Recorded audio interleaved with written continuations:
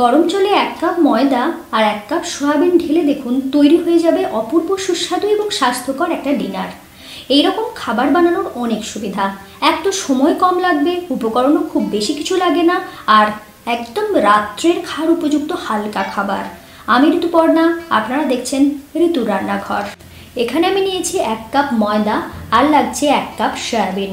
আর এখানে নিয়েছি একটা বড় সাইজের পেঁয়াজকে কুচি করে নিয়েছি ছোট করে, আর কিছুটা ধনেপাতা কুচি নিয়েছি, কিছুটা 1 টেবিল চামচের মতন আদা কুচি, 1 টেবিল চামচ রসুন কুচি, কিছুটা কাঁচা লঙ্কা কুচি, আর 2 টেবিল চামচের মতন চীনা বাদাম, আর নিয়েছি কিছুটা কিশমিশ। প্রথমেই আমি কিছুটা জল নিয়েছি, সেই জলটাকে গরম করে নেওয়ার পরে আমি এটাকে একটা কড়াতে ঢেলে নিচ্ছি। এই কাজটা আপনারা আলাদাভাবেও করে নিতে পারেন, দুটো পাত্রে জল গরম করে নিতে পারেন। এখানে একটু বেশি করে জল ঢেলে নিচ্ছি, আর এখানে রাখছি মাত্র 1/2 কাপের মতন জল, আর দিয়ে দিচ্ছি 1/2 চা চামচ নুন আর 1 চা চামচ সাদা তেল। তার সাথে দিয়ে দিচ্ছি 1 কাপ ময়দা। ময়দাটাকে এইভাবে নাড়াচাড়া করে নিচ্ছি, খুব বেশি মেশাতে হবে এমন না, দেখুন জলটা কিন্তু অনেকটাই কম রয়েছে, ঠিক এইভাবেই এটাকে মাখতে হবে, খুব বেশি জল এখানে লাগবে না। ভালো করে মিশিয়ে নিয়েছি, নেওয়ার পরে এইভাবে আমি গ্যাসটা অফ করে দিচ্ছি, দেওয়ার পরে ঢাকা দিয়ে এটাকে আমি কিছুক্ষণের জন্য রেখে দেব, 2 থেকে 3 মিনিটের জন্য। এদিকে আমি সয়াবিনটাকে সিদ্ধ করে নেব, সাথে দিয়ে দিচ্ছি 1 চা চামচের মতো নুন। দেওয়ার পরে এটাকে আমি ঢাকা দিয়ে মোটামুটি 3 থেকে 4 মিনিটের জন্য ভালো করে ফুটিয়ে নিচ্ছি, যাতে সয়াবিনটা বেশ ভালো করে সিদ্ধ হয়ে যায়। এরপরে এর জলটাকে ড্রেন করে ভালো করে সয়াবিনটাকে নিগড়ে নিতে হবে। এদিকে দেখুন ময়দাটা কিন্তু সুন্দরভাবে তৈরি হয়ে গিয়েছে, এরপরে এটাকে মেখে নিতে হবে। এখন কিন্তু হাত সহ্য করা গরম রয়েছে, এটা মাখার সময় কিন্তু আর জল ব্যবহার করব না, একটু একটু করে তেল হাত করে এটাকে মেখে নিতে হবে, তাহলে কিন্তু ময়দাটা দারুণ সুন্দরভাবে মাখা যায়। আর ময়দার মধ্যে যে টান ব্যাপারটা থাকে সেটা কিন্তু একেবারেই থাকে না। দেখুন কত সুন্দরভাবে আমি ডোটা বানিয়ে নিয়েছি, একদম নরম তুলতুলে ডো তৈরি হয়েছে। এদিকে সয়াবিনটার জলটা আমি নিগড়ে নিয়েছি, একটুও জল নেই। এরপরে সয়াবিনটাকে আমি বেটে নেব, জল ছাড়া বাটতে হবে। সাথে দিয়ে দিচ্ছি 2 টেবিল চামচ বাদাম, চীনা বাদাম আমি এখানে ব্যবহার করেছি, আপনারা চাইলে কাজুটাও ব্যবহার করতে পারেন। দেখুন এইভাবে বেটে নিয়েছি, একটু দানা দানা থাকবে সেই রকমভাবে বেটেছি, এটা খেতে বেশি ভালো লাগবে।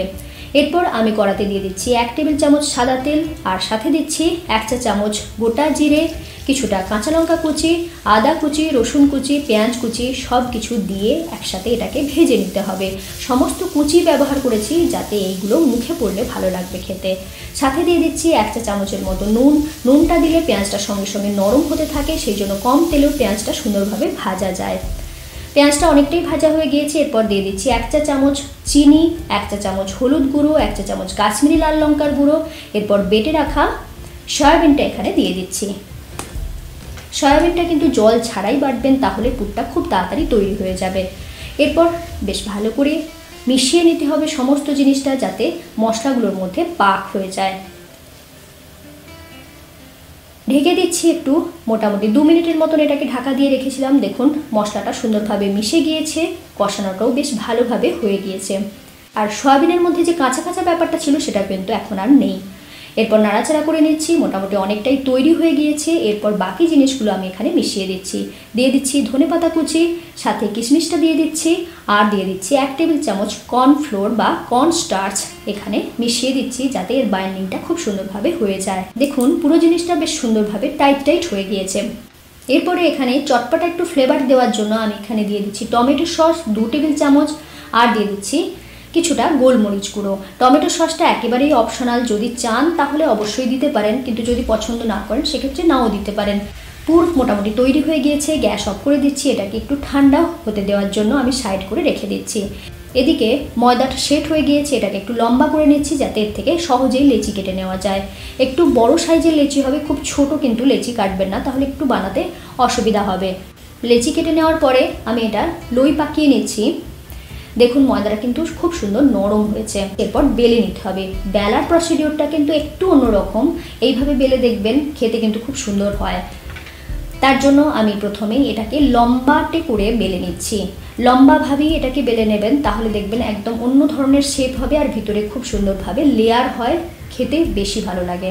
লম্বা করে বেলা হয়ে গেছে, যতটা আপনার চাকি বেলুনি রয়েছে ঠিক ততটাই লম্বা করে নেবেন। এরপর পুরটাকে একটু বেশি করে দেব, তাহলে ভিতরে পুরটা অনেকটা থাকলে খেতে অনেক বেশি ভালো লাগবে। পুরটাকে এইভাবে গোল করে নিয়েছি। নেওয়ার পরে যেমন দেখাচ্ছি সেইভাবে সাইডগুলোতে জল লাগিয়ে নিতে হবে, না হলে কিন্তু খুলে যেতে পারে।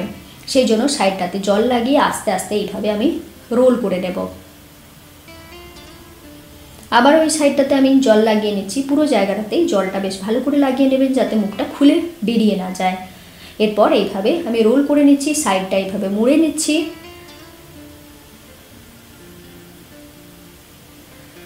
আপনারা যখন বেললাম তখন নিশ্চয়ই দেখেছেন যে এই ময়দার মধ্যে কিন্তু টান ব্যাপারটা একেবারেই থাকে না, খুব সুন্দর নরম হয়। এরপর সাইড থেকে এইভাবে মুড়ে নিচ্ছি। মুড়ে নেওয়ার পরে যেমন শেপ দিতে চান সেইভাবে শেপ দেবেন। আমি একটু লম্বাটে টাইপের শেপ দিচ্ছি যাতে দেখতে একটু অন্যরকম হয় আর আকর্ষণীয় লাগে। একই রকম একই ধরনের শেপও কিন্তু ভালো লাগে না। দেখুন প্রত্যেকটা বানানো হয়ে গিয়েছে। এরপর এটাকে কিন্তু আমি ডিপ ফ্রাই করব না। কি করব সেটা দেখিয়ে দিচ্ছি। আমি দিয়ে দিচ্ছি 1 টেবিল চামচ সাদা তেল। দেওয়ার পরে তেলটা গরম করে নিচ্ছি, ভালো করে প্যানেতে লাগিয়ে নিয়েছি। এরপর একে একে এইগুলো দিয়ে দিচ্ছি। দিয়ে এটাকে আমি শ্যালো ফ্রাই করব ধীরে ধীরে। এরপর ঢেকে দিচ্ছি। ঢাকা দিয়ে আমি মোটামুটি 1 মিনিটের জন্য রেখেছিলাম। দেখুন পিছন থেকে কিন্তু সুন্দরভাবে লাল রং এসে গিয়েছে। এইটা খেতে কিন্তু একদম অন্য রকমের হয়। কোনো সময় ডিনারে বানিয়ে দেখবেন, দারুণ লাগে খেতে। আর এটা বাচ্চাদের টিফিনেও কিন্তু খুব সুন্দর লাগে। আবারও কিছুক্ষণ ঢেকে দিয়েছিলাম। দেওয়ার পরে আবারও নাড়াচাড়া করে দিচ্ছি। এটাকে মাঝে মাঝে ঢাকা দিয়ে যদি এইভাবে করেন তাহলে কিন্তু খেতে খুব ভালো লাগবে। আস্তে আস্তে খুব সুন্দর লাল রং এসে গিয়েছে। কিন্তু সাইডটা যদি একটু বেশি করে লাল করে ভেজে নিতে চান তাহলে এইভাবে একটু উল্টে নিলেই হয়ে যাবে। একটুক্ষণ এইভাবে সাইডগুলোকে দাঁড় করিয়ে রাখুন, তাহলে কিন্তু দেখবেন এই দিকটাও ভাজা হয়ে গিয়েছে। প্রতিদিনের একঘেয়েমি ডিনার থেকে মুক্তি পাওয়ার জন্য এরকম ডিনার কিন্তু কোনো সময় বানিয়ে দেখতে পারেন। খুব কম তেল মশলা, খুব কম উপকরণেই তৈরি হয়ে গেল। একে একে আমি তুলে এটাকে সার্ভ করে দিচ্ছি। এটা গরম গরম খেতে ভীষণ ভালো লাগে। এর সাথে আর কোনো কিছু লাগবে না। যদি মনে হয় একটু স্যুপ খেতে চান সেক্ষেত্রে এর সাথে একটু স্যুপ নিয়ে নিতে পারেন, দেখবেন কমপ্লিট ডিনার হয়ে যাবে। এরপরে আমি এটাকে কেটে দেখাবো যে ঠিক কেমন তৈরি হয়েছে। দেখুন কতটা সুন্দর, ওপর থেকে ক্রিসপি কিন্তু ভিতর থেকে নরম। এরকম সুস্বাদু খাবার কিন্তু সত্যিই খেতে ইচ্ছা করবেই। আপনাদের নিশ্চয়ই এই রেসিপিটা একদম নতুন লাগছে। কেমন লাগলো লিখে কিন্তু আমাকে জানাবেন। আপনাদের কমেন্টগুলো পড়তে আমার ভীষণ ভালো লাগে, তাই কমেন্ট করতে ভুলবেন না। আপনারা এতক্ষণ দেখছিলেন ঋতুর রান্নাঘর, সঙ্গে ছিলাম আমি ঋতুপর্ণা। আজ তাহলে আসি, আবার দেখা হবে এরকম কোনো সুন্দর সুন্দর নতুন নতুন ভিডিওর সাথে।